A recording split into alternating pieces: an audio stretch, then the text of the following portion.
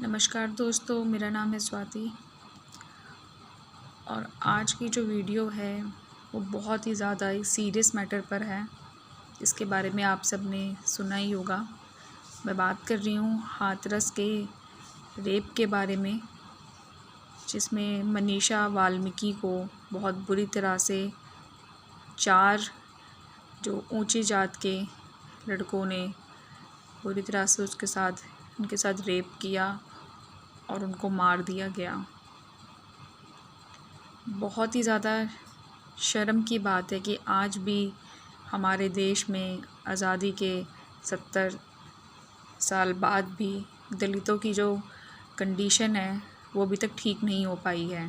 हम बहुत ज़्यादा अपने आप को वेस्टर्नाइज समझते हैं, हम बहुत ज़्यादा फॉलो करते हैं इन सब चीज़ों को कि हम कितने ज़्यादा मॉडर्न हो गए हैं। हम बहुत ही अच्छे कॉलेजेस में जा रहे हैं, बहुत बड़े बड़े स्कूल्स में जा रहे हैं, बहुत अच्छी जगह जॉब्स कर रहे हैं और सब कुछ बहुत ठीक ठाक सा लगता है। शहरों में रहकर ख़ासकर तो मैं बात करती हूँ क्योंकि मैं खुद शहर में रहती हूँ।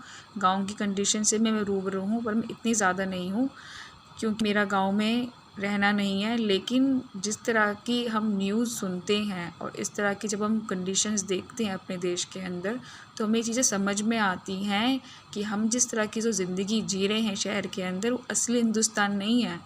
बिल्कुल सही बात कही थी गांधी जी ने कि अगर आपको असली हिंदुस्तान देखना है तो आप इस देश के गांव में जाके देखिए कि वहाँ आज भी कितनी गरीबी है, कितने पिछड़े हुए गांव हैं जहाँ पर किसी भी तरह की कोई भी सुविधा नहीं पहुँच रही है, जहाँ पर लोगों को ना समझाया जा रहा है ना सिखाया जा रहा है कि किस तरह से औरतों की इज़्ज़त की जाए, किस तरह से उनका सम्मान किया जाए।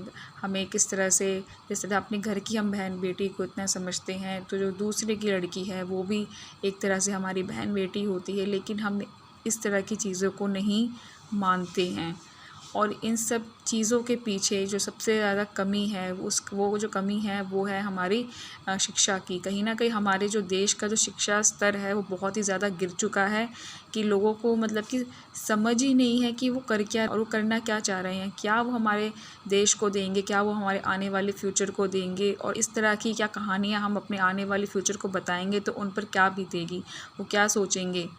और साथ में सबसे बड़ी बात ये है कि जिन महान लोगों ने हमारे देश की आज़ादी के लिए अपनी जान दे दी, क्या ये सब दिन देखने के लिए उन्होंने जान दी थी क्या?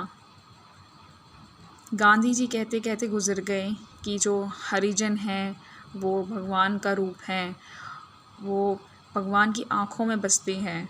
उनको जो है इक्वली जो है उनको सम्मान मिलना चाहिए जैसे दूसरी कास्ट को मिलता है।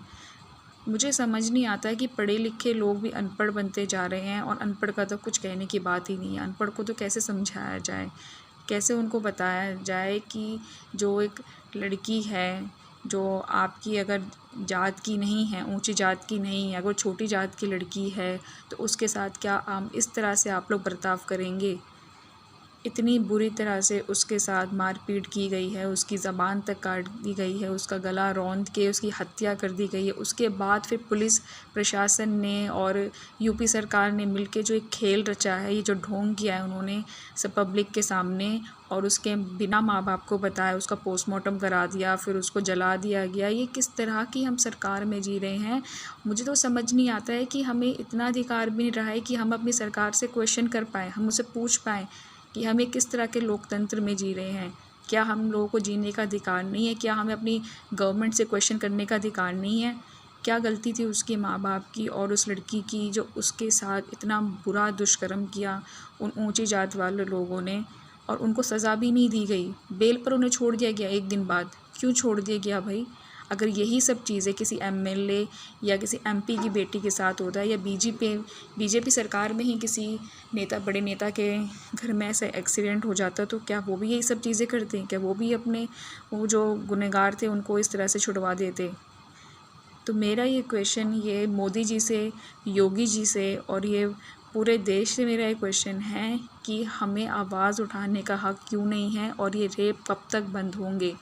बहुत बड़े बड़े वादे किए थे 2014 में मोदी जी जब पहली बार प्राइम मिनिस्टर बने थे कि आप मेरे पे यकीन रखिए, मैं सबकी को सुरक्षा बराबर दूंगा, सबको बराबर हक मिलेगा, कोई जो देश की बेटी है वो मेरी बेटी है, इस तरह की कोई भी खबरें आपको सुनने को नहीं मिलेगी, पुलिस अपना अच्छे से काम करेगी, मैं बहुत सख्ती बरतूंगा। लेकिन ऐसा तो कुछ भी नहीं हुआ है।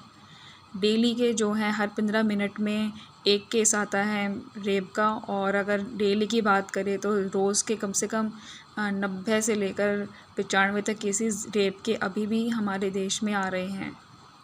और जब दलित की बात करें तो उन 91 में से जो 23 से 25 हैं, जो औरतें, जो लड़कियां, जो माइनर्स होती हैं, वो दलित ही होती हैं। तो अभी भी दलित को ना कोई इक्वली राइट दिया गया है, ना उनको कोई सुरक्षा दी जा रही है।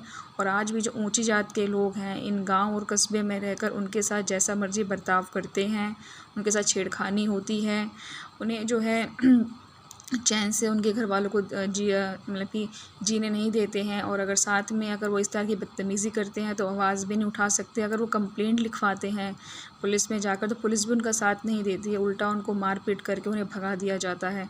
और साथ में उन्हें धमकी भी दी जाती है घर वालों को कि अगर आपने कहीं पर भी कंप्लेंट करी तो हम आपको गोली से मार देंगे, या आपके घर में हम कुछ भी हरकत करके चले जाएंगे जिससे कि वो आवाज़ नहीं उठा सकते हैं।